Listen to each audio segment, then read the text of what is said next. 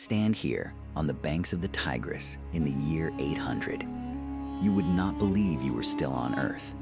Before you rises a city built as a perfect circle, 3 rings of walls wrapped around a palace with a green dome, so tall that sailors claim they can see it from a day's journey away.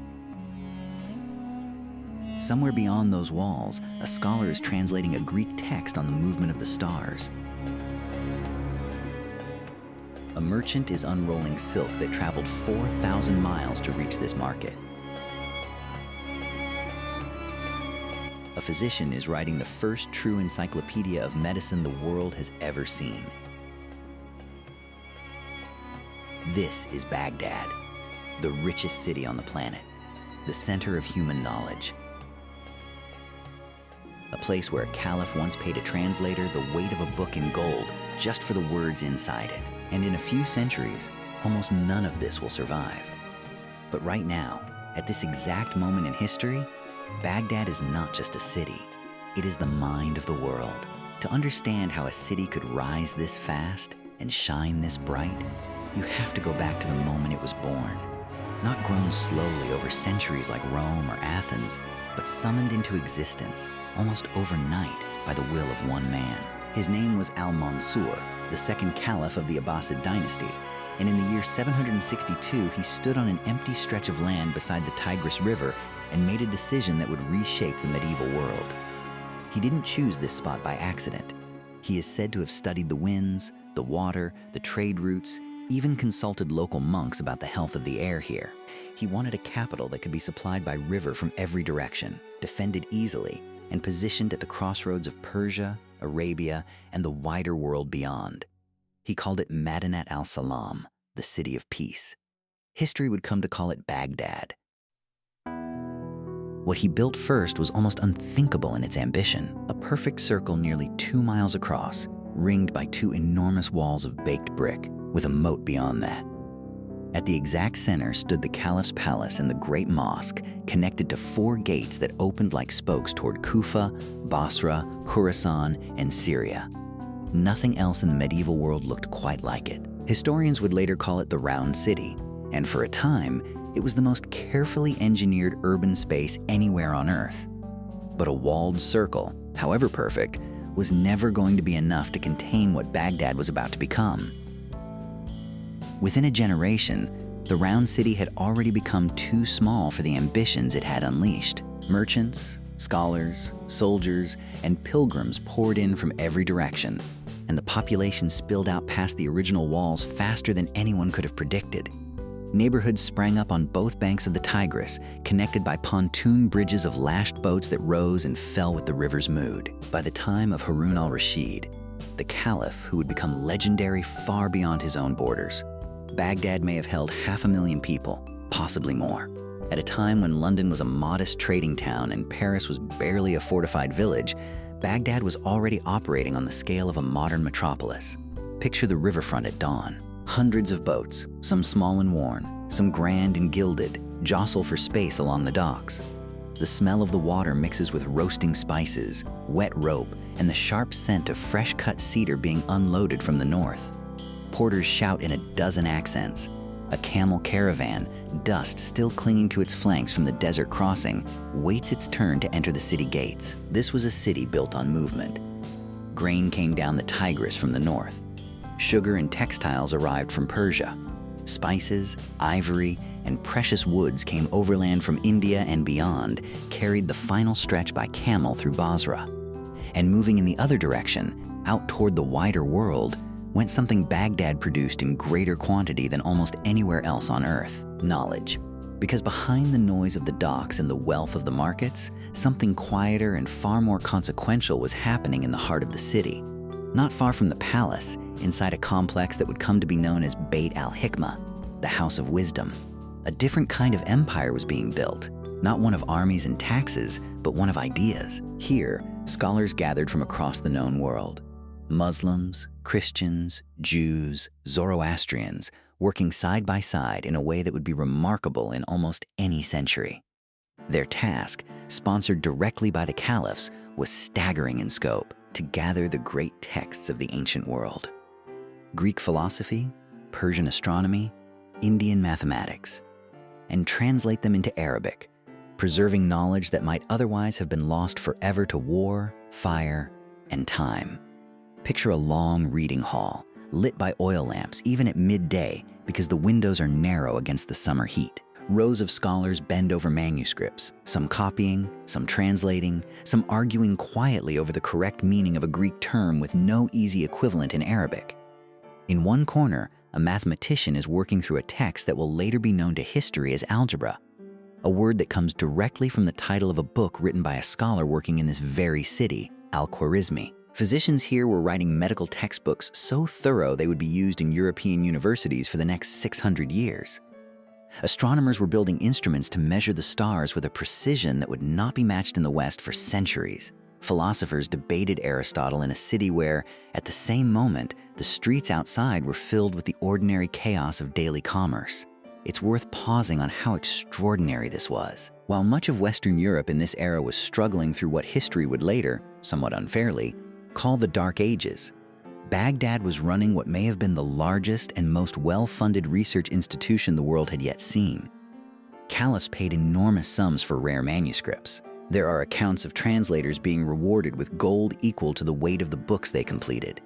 Knowledge, in Baghdad, was treated as a form of wealth in itself. And that wealth needed somewhere to be spent, which brings us back out into the streets. If the House of Wisdom was Baghdad's mind, its markets were its pulse. The city's bazaars stretched for miles, organized street by street according to trade. A lane for silk merchants, a lane for spice sellers, a lane for goldsmiths whose hammers rang out from dawn until dusk. Walking through them, you would hear a wall of sound, haggling in Arabic, Persian, and half a dozen other languages, the clink of coins, the creak of loaded carts, a street performer somewhere reciting poetry for coins tossed at his feet. The smells alone would have been overwhelming to a modern visitor. Saffron and cardamom from the spice lanes, roasting meat from food stalls, the sharp tang of leather being cured nearby. Somewhere beneath it all, the mineral smell of the river, never far away. Baghdad's wealth in this era came from being the meeting point of nearly every major trade network on the planet. Chinese porcelain arrived here before it reached most of Europe. Paper, a technology the Chinese had guarded for centuries, had recently made its way to Baghdad, and the city would go on to become one of the first places outside China to manufacture it at scale, which is part of the reason so many of its books and records survived as long as they did. Coins minted in Baghdad have been found as far away as Scandinavia, carried along Viking trade routes through Russia and the Baltic. This was not a regional capital.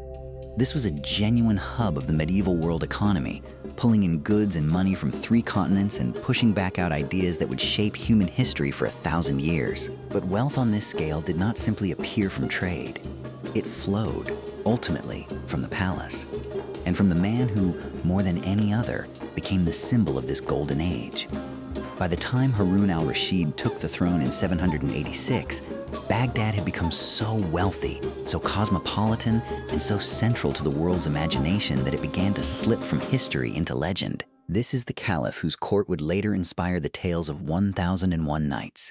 Stories of hidden identities, magical adventures, and a ruler who supposedly walked the streets of his own city in disguise to see how his people truly lived.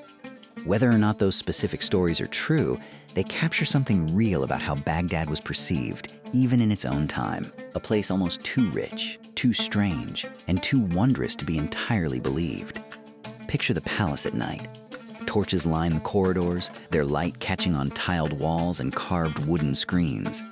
Musicians play in a courtyard where fountains run even in the dry summer heat, a display of wealth in a region where water itself was precious. Diplomats from as far away as the Byzantine Empire, and eventually even from the court of Charlemagne in distant Francia, wait to be received, bringing gifts and watching carefully to gauge the true extent of Baghdad's power.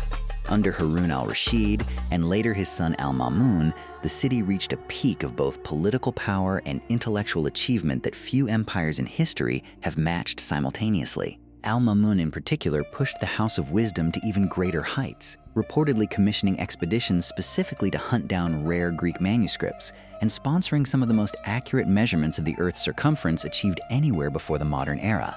This was Baghdad at its absolute peak, a city of nearly 1 million people, by some estimates, a center of trade stretching from Spain to China, a seat of learning that would shape medicine, mathematics, and astronomy for the rest of human history.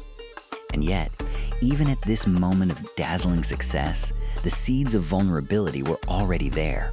No golden age lasts forever, and Baghdad's brilliance was, in some ways, always more fragile than it appeared. The wealth of the Caliphate depended on a vast and complicated system of taxation, tribute, and trade stretching across an enormous empire.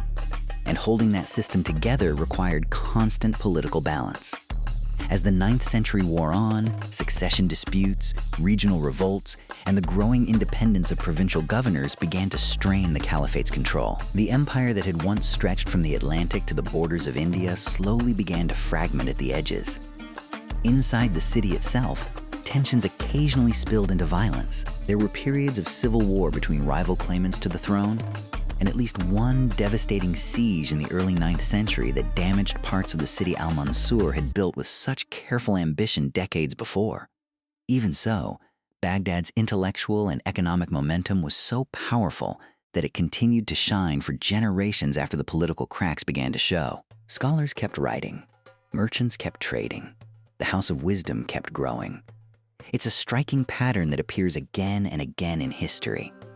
A civilization's cultural peak often outlasts the political strength that first made it possible, coasting for decades or even centuries on momentum alone. But eventually, momentum runs out, and for Baghdad, the ending, when it came, would be sudden, violent, and almost impossible to imagine from where we're standing now, inside the glow of its golden age. That story, the Mongol siege of 1258, and the fall of a city that had stood as the mind of the world for 500 years, is one for another day. Today, we leave Baghdad here, at its peak, rich beyond imagination, bright with the accumulated knowledge of Greece, Persia, India, and the Islamic world. A city that, for a few remarkable centuries, held more of humanity's collected wisdom within its walls than anywhere else on the planet. Walk back down to the Tigris one last time. The boats are still there, the markets are still loud, and somewhere in the House of Wisdom, a candle is still burning over a manuscript that will outlive every person in this city by 1,000 years. Empires rise, empires fall, rivers keep flowing regardless, and yet, the words written in this city, the mathematics, the medicine, the astronomy, would travel on long after Baghdad's political power faded, carried west into Europe and east across Asia, quietly shaping the modern world in ways most people never realize. History never truly disappears. It just waits to be rediscovered. If you enjoyed walking through ancient Baghdad with us, consider subscribing. And let us know in the comments which lost city or forgotten empire you'd like us to bring back to life next.